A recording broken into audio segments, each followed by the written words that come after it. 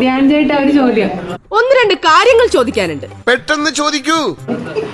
ധ്യാൻ ചേട്ടനാണ് ഇപ്പൊ മസ്തി വിത്ത് മസ്താനി എന്നുള്ള പേര് തന്നെ കൊടുത്തത്. നീയാണോ? അതെ ഞാനാണ്.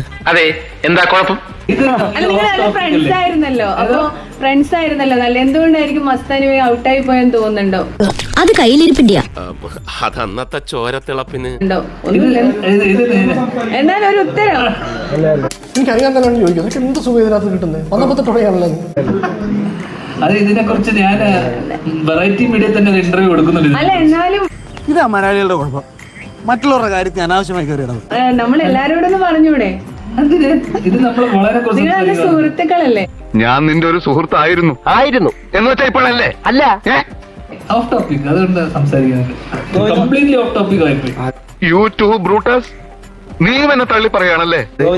ചിലപ്പോ അവിടെ ബിഗ് ബോസ് ഞാൻ പോകും, അപ്പൊ കാണാം. ബിഗ് ബോസിൽ പോവോ? പക്ഷെ അതിന് മുന്നേ അവള് പുറത്തേക്ക് പോയി.